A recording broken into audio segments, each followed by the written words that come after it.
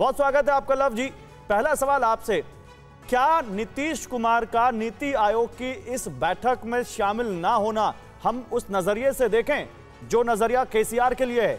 क्या नीतीश कुमार का कोई मतभेद है इस मीटिंग को लेकर, या क्योंकि कोरोना से पीड़ित हैं इसलिए नहीं आ रहे? देखिए, सबसे पहली बात है कि अभी जस्ट कोरोना से वो उभरे हैं और ऐसी स्थिति में ट्रेवल करके इस मीटिंग में जाना उनके स्वास्थ्य के लिए भी ठीक नहीं है, और इसमें और दूसरी किसी भी चीज के बारे में सोचना ही बेमानी है, क्योंकि हमने ऑफर किया था कि उप मुख्यमंत्री इस मीटिंग में शामिल हो सकते हैं, जिसको कि ठुकरा दिया गया। अच्छा, और इसमें कहीं से कोई बात नहीं है, वो चूंकि कोरोना पीड़ित हैं, अभी कोरोना से जस्ट ठीक हुए हैं, तो इसमें नीति आयोग की बैठक में नहीं जाने के बारे में ये केवल नीति आयोग की बैठक से नहीं जुड़ा है। मैं रुपेश के पास जाऊंगा, फिर आपके पास आऊंगा।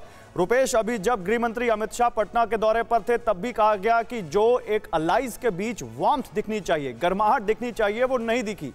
बस एक कॉल कर सकती है आपको कंगाल, खाली हो सकता है बैंक खाता। कैसे? देखिए मेरे साथ, जागते रहो सिर्फ मनी 9 पर।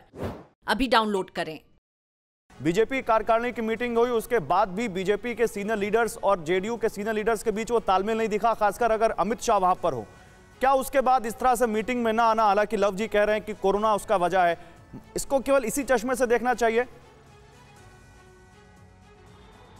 देखिए, बीजेपी ने बड़ी बैठक यहाँ पे की, उसमें अमित शाह भी आए, उसमें राष्ट्रीय अध्यक्ष जेपी नड्डा भी आए, और वहाँ पर नीतीश कुमार ने दूरियां बना के रखी। हालांकि वो उनके अपनी पार्टी का कार्यक्रम था, ये राजनीति है।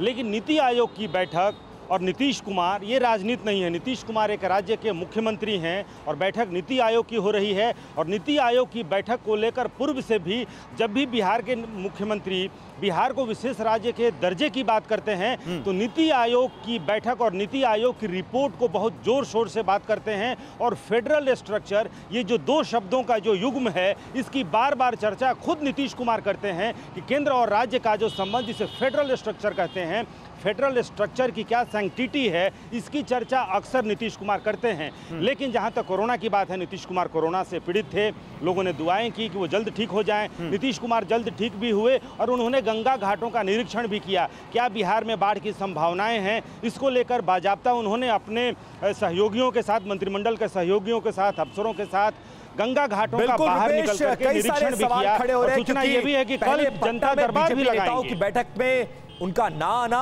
और उसके बाद मुलाकात ना करना और अब नीति आयोग की बैठक से उनकी दूरी बनाना, कई सारे सवाल खड़े करिए। वापस आएंगे आपके पास, और इस बीच हमारे एक और संवाददाता दिल्ली में रजनीश रंजन हमारे साथ जुड़े हुए। रजनीश, नीति आयोग की बैठक शुरू हो चुकी है, 3 ऐसे मुख्यमंत्री हैं जिन्होंने दूरी बनाई है।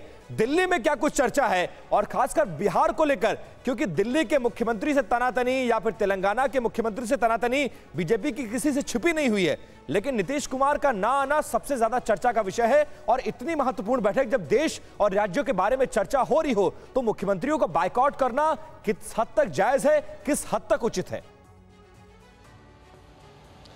देखिए, आधिकारिक तौर पर बहिष्कार की खबर सिर्फ तेलंगाना के मुख्यमंत्री की ओर से आई है।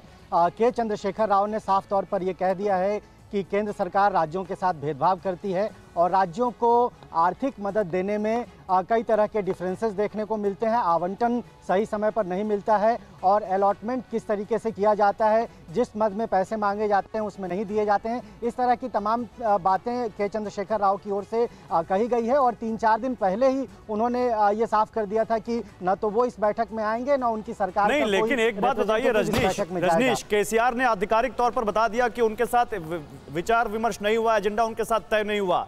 अरविंद केजरीवाल गुजरात में इलेक्शन कैंपेन कर सकते हैं, प्रेस कॉन्फ्रेंस कर सकते हैं, फ्री बिजली देने का वादा कर सकते हैं, और नीति आयोग जैसी अहम बैठक में वो शामिल नहीं हो सकते। इस वक्त जब नीति आयोग की बैठक चल रही है, अरविंद केजरीवाल गुजरात में एक प्रेस कॉन्फ्रेंस कर रहे हैं।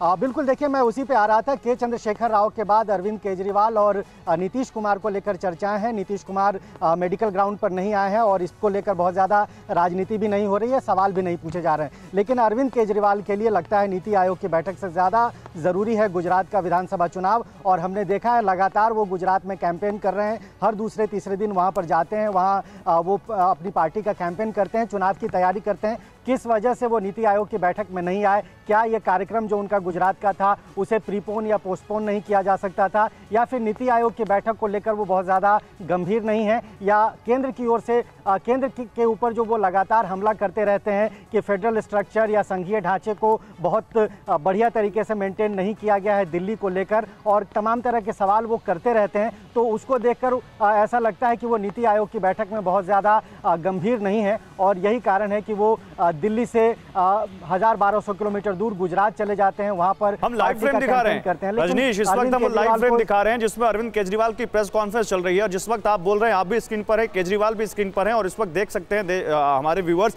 कि अरविंद केजरीवाल इस वक्त एक प्रेस कॉन्फ्रेंस कर रहे हैं। लेकिन देश का विकास कैसे हो, राज्यों को साथ लेकर आगे कैसे बढ़े, नेशनल एजुकेशन पॉलिसी को कैसे लागू किया जाए, और इसके अलावा G20 के एक बहुत बड़ी मीटिंग इस देश में होने वाली है, उसको लेकर कैसे आगे बढ़ा जाए, तमाम मुद्दे हैं जिसमें अरविंद केजरीवाल भी अपना इनपुट दे सकते थे।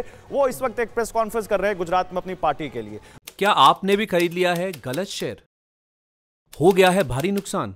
देखिए मेरे साथ 80-90 पूरे 100 सिर्फ Money9 पर अभी डाउनलोड करें।